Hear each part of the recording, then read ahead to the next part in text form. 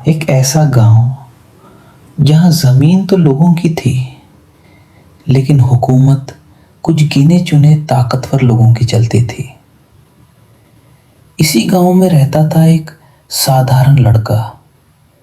न कोई बड़ी पहचान, न कोई ऊंचा ओहदा। लोग उसे बस एक आम इंसान समझते थे।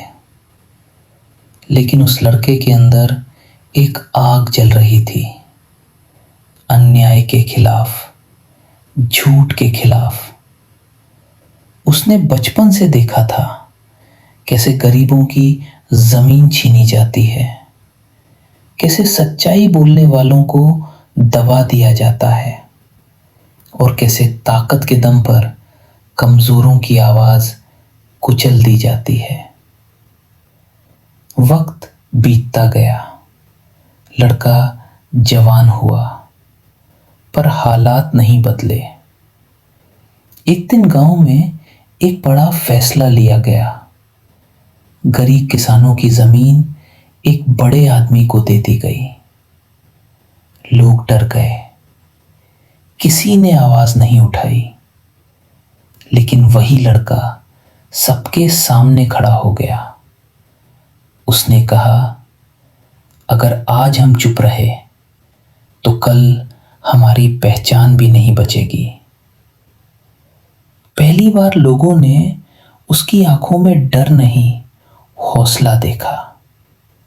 धीरे धीरे कुछ लोग उसके साथ जुड़े, फिर कुछ और फिर पूरा गांव। उस लड़के ने किसी को हथियार उठाने को नहीं कहा। उसने सिर्फ सच्चाई और एकता की बात की। लेकिन यह बात ताकतवर लोगों को पसंद नहीं आई। उसके खिलाफ साजिशें रची गईं, उसे डराया गया, झूठे इल्जाम लगाए गए। एक रात उस पर हमला भी हुआ।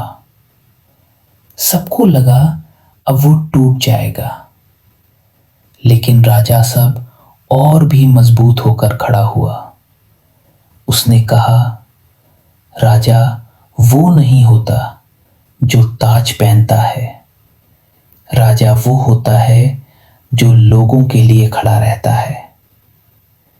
अब उसका नाम हर जुबान पर था, राजा सब। गांव की लड़ाई अब पूरे इलाके की लड़ाई बन चुकी थी।